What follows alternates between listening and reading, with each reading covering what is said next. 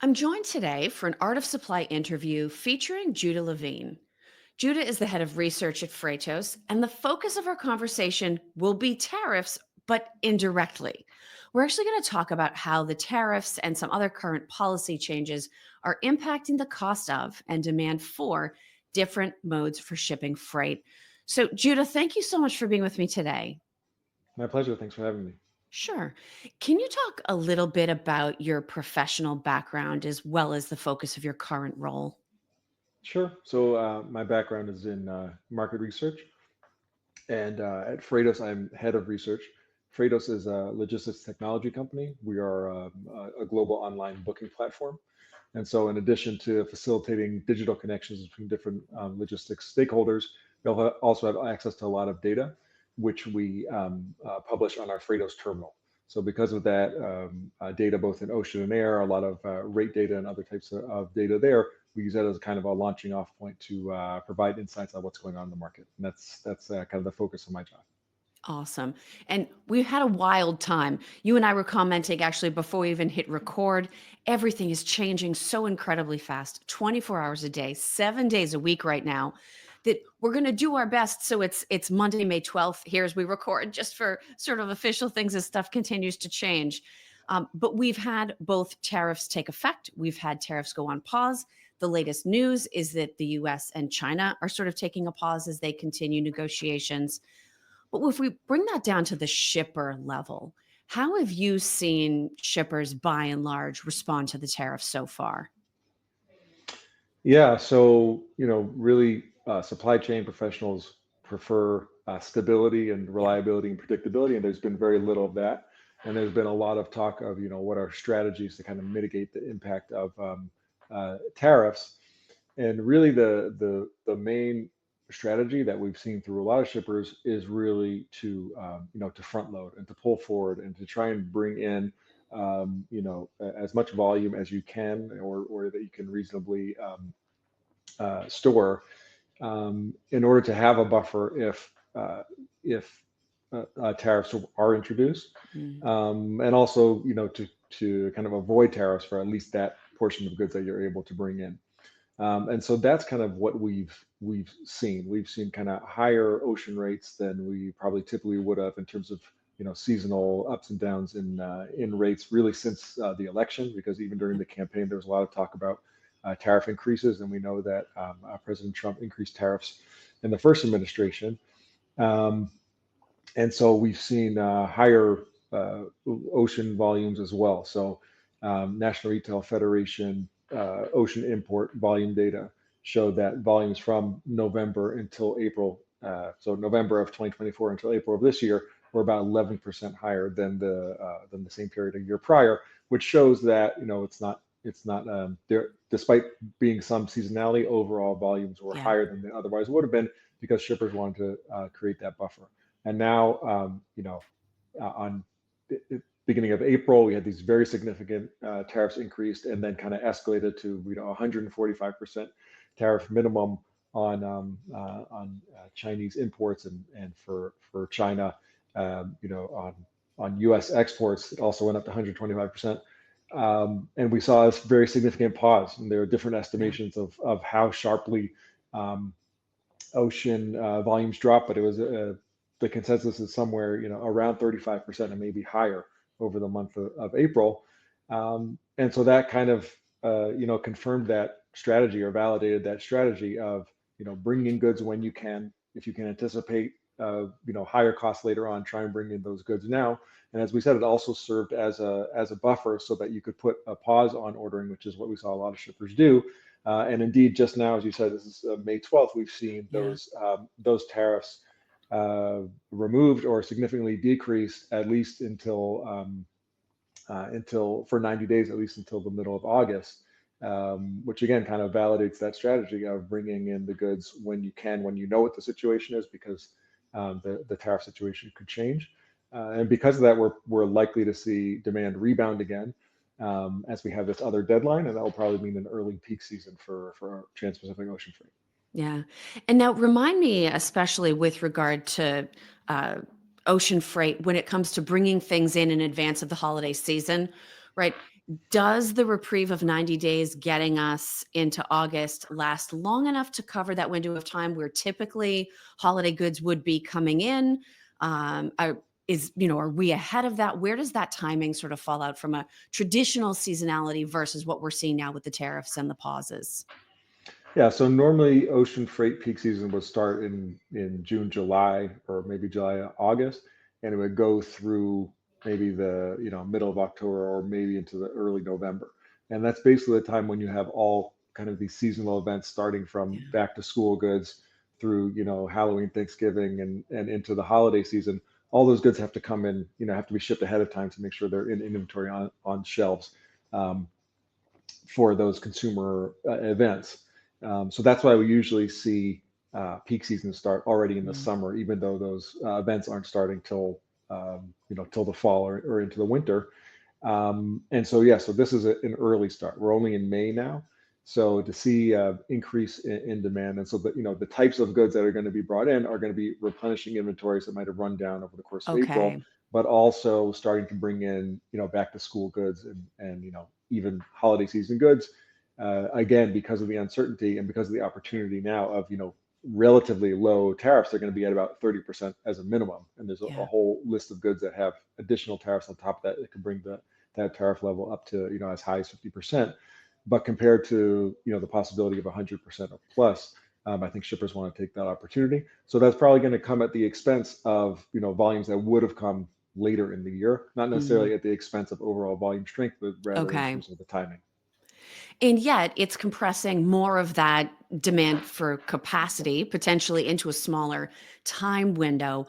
How are you seeing all of this on again, off again play out, both in terms of available capacity, but then also in terms of the cost? I mean, if there's a real pinch and people are rushing to get goods onto ships to get them across the ocean, is that driving up rates? What are you seeing on that front? So we definitely saw. Well, there are a few things going on at once in ocean freight. So since late 2023, early 2024, we've had the Red Sea crisis where Yep. there's a lack of security in transiting the Red Sea. So we've had a lot of vessels being diverted around the south of Africa. Now that actual diversion doesn't impact the U.S. Very much because certainly on the Trans-Pacific, most of obviously is going by the Trans-Pacific, but for goods coming from Asia, it mostly goes via go via the Pacific Ocean and not around through the Suez Canal. But nonetheless, that those diversions are absorbing capacity and using more vessels that otherwise could have been elsewhere.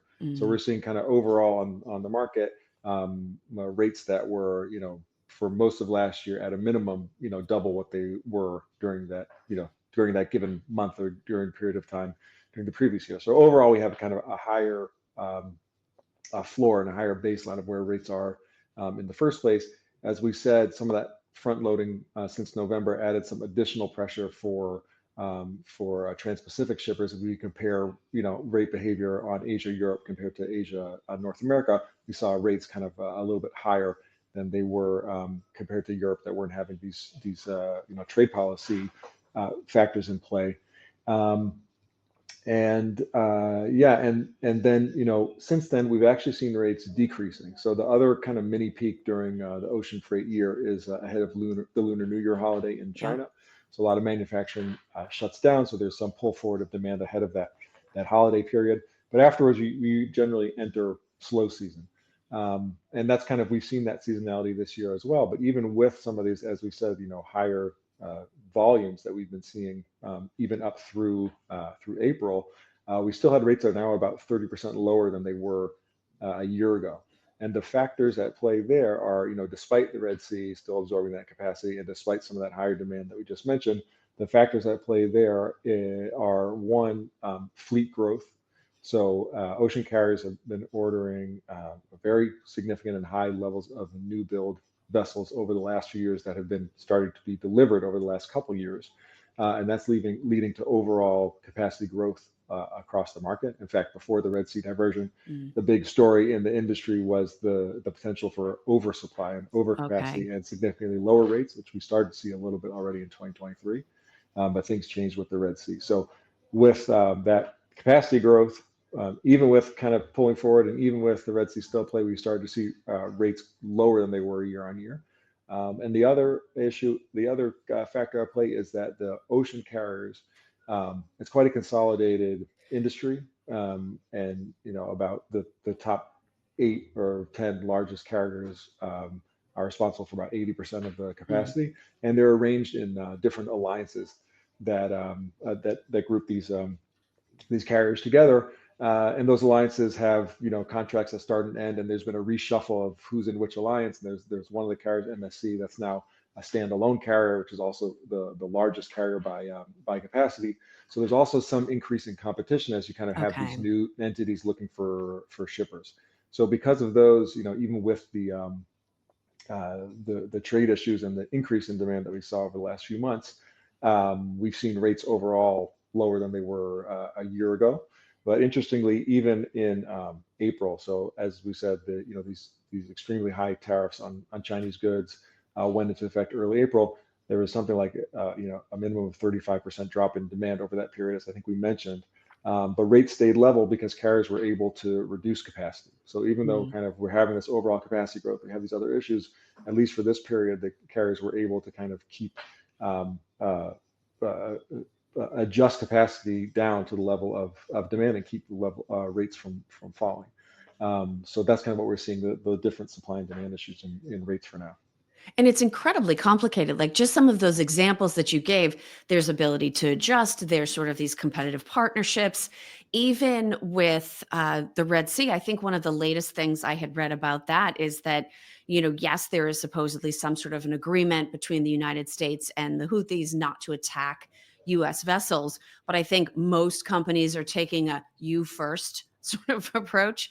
And I think what I had read, somebody said for a forward looking indication, watch to see what the insurance companies do. When do the insurance companies actually think the risk is down versus what's been discussed or reported on? So, yet another thing where we have sort of the piece of news, but it hasn't necessarily changed anything yet as far as those routes go. Yeah, and at the beginning of the year, there was a ceasefire between Israel and Hamas, Yep. and during that time, the Houthis issued a statement that they would cease, attacking passing vessels except for vessels linked to Israel, which actually was the original, was their original Yes. position, like back at the end of 2023, which you're kind of as a carrier or a shipper, you'd be dependent on the Houthis, definition of what an Israel linked vessel is, which Yeah. led to a huge share of the container market uh, not using the Red Sea or the Suez Canal. So we didn't see a return, during the ceasefire because there was, uh, a lot of concern of how long the ceasefire would Yeah. hold, and indeed it didn't hold for more than a few months. But we didn't see a return then, and I don't think we'll see a return now. I mean, first of all, there's uncertainty about this ceasefire itself Yeah. because there's statements from the Houthis that they, don't recognize the ceasefire or aren't stopping these attacks. But either way, you're not going to see carriers go back until they're convinced that it is stable and safe. And yeah, insurance levels is one indication.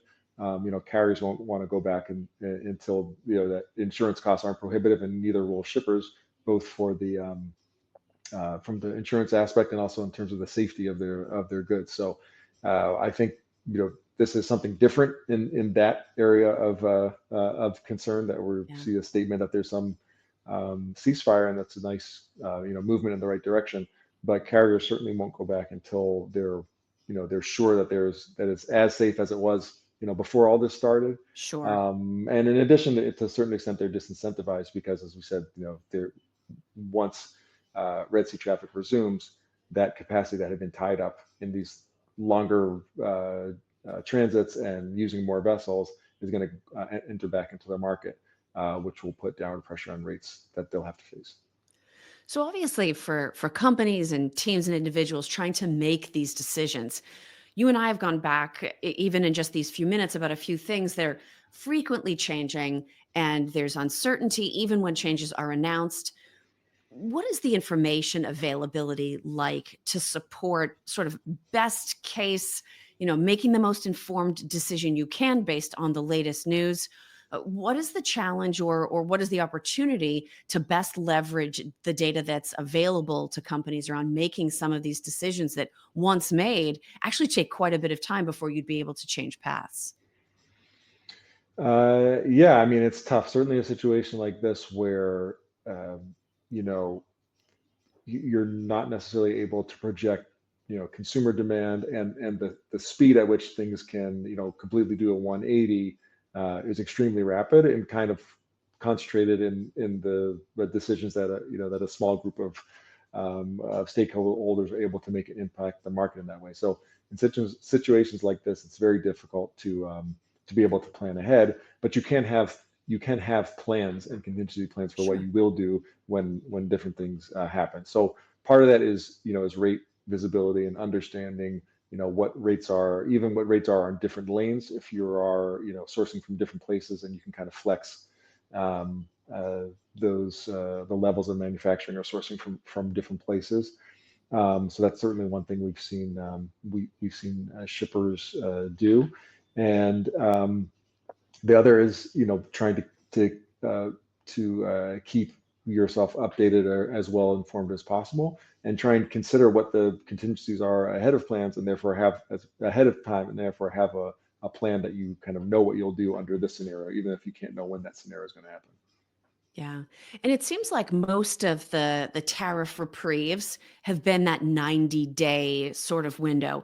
How does a 90-day reprieve window actually factor into the timeline on which companies are trying to plan or trying to make decisions? Obviously, I'm sure it depends on the length of the route, right? The distance that goods are traveling.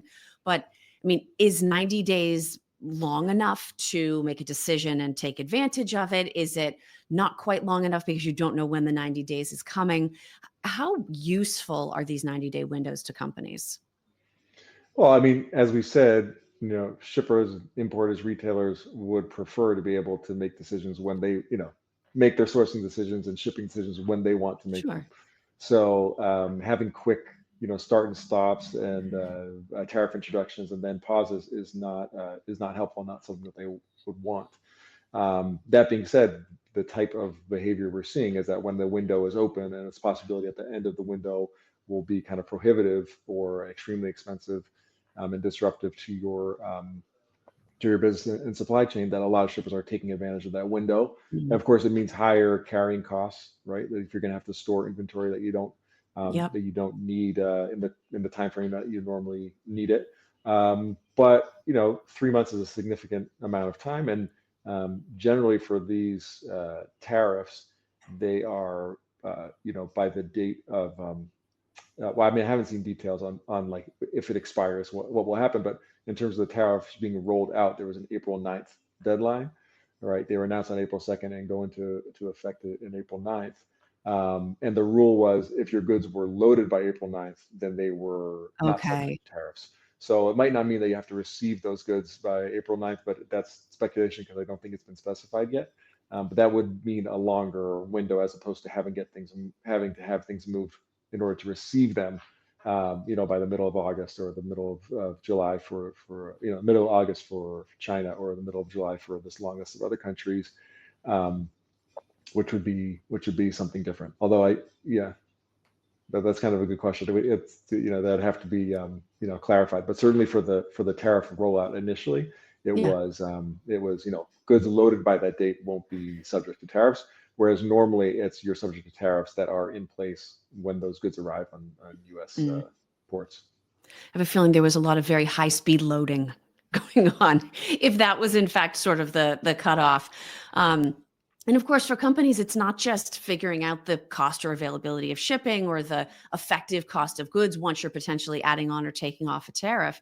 They're also trying to satisfy what customers want when. So you talked about back to school, right? But there's a lot of consumer electronics that would come in for whether it's back to school or for the holiday season.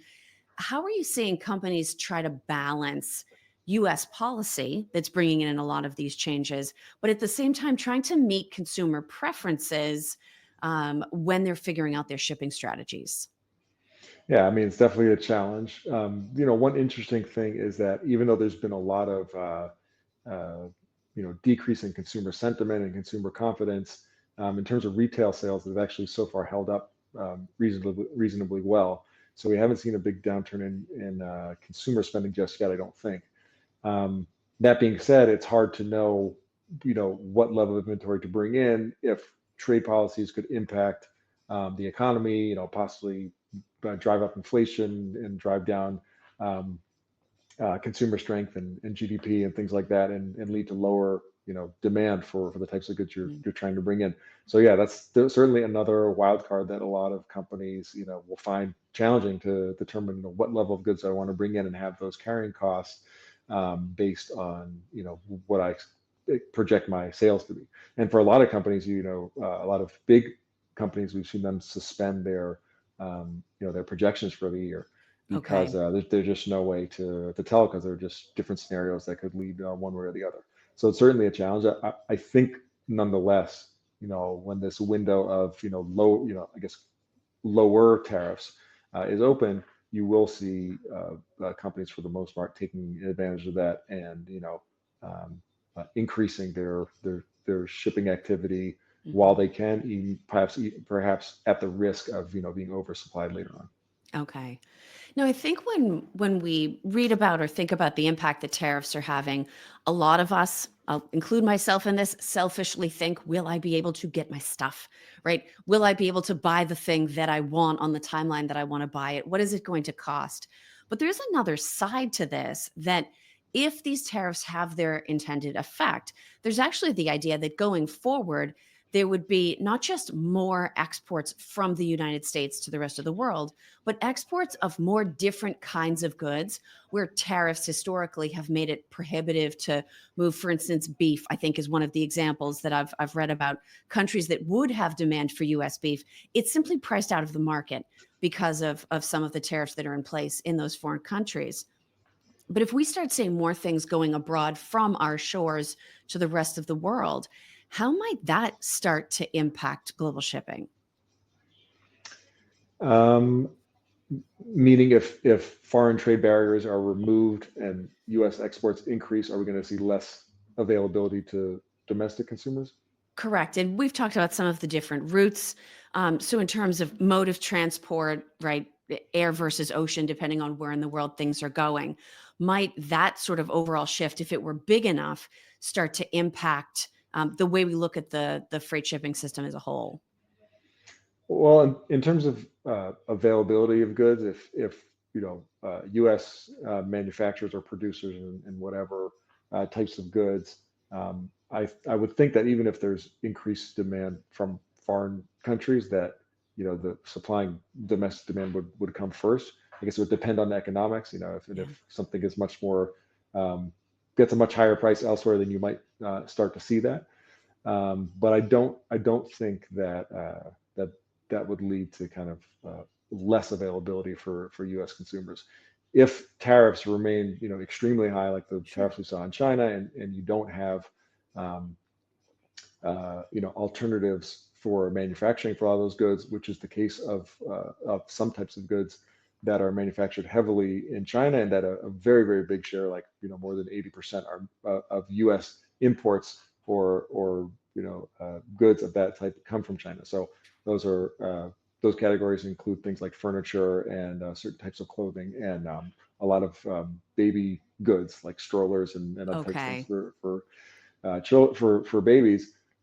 If you don't have an alternative place to manufacture those and source those, then that is something that could have led to to empty shelves and much higher prices.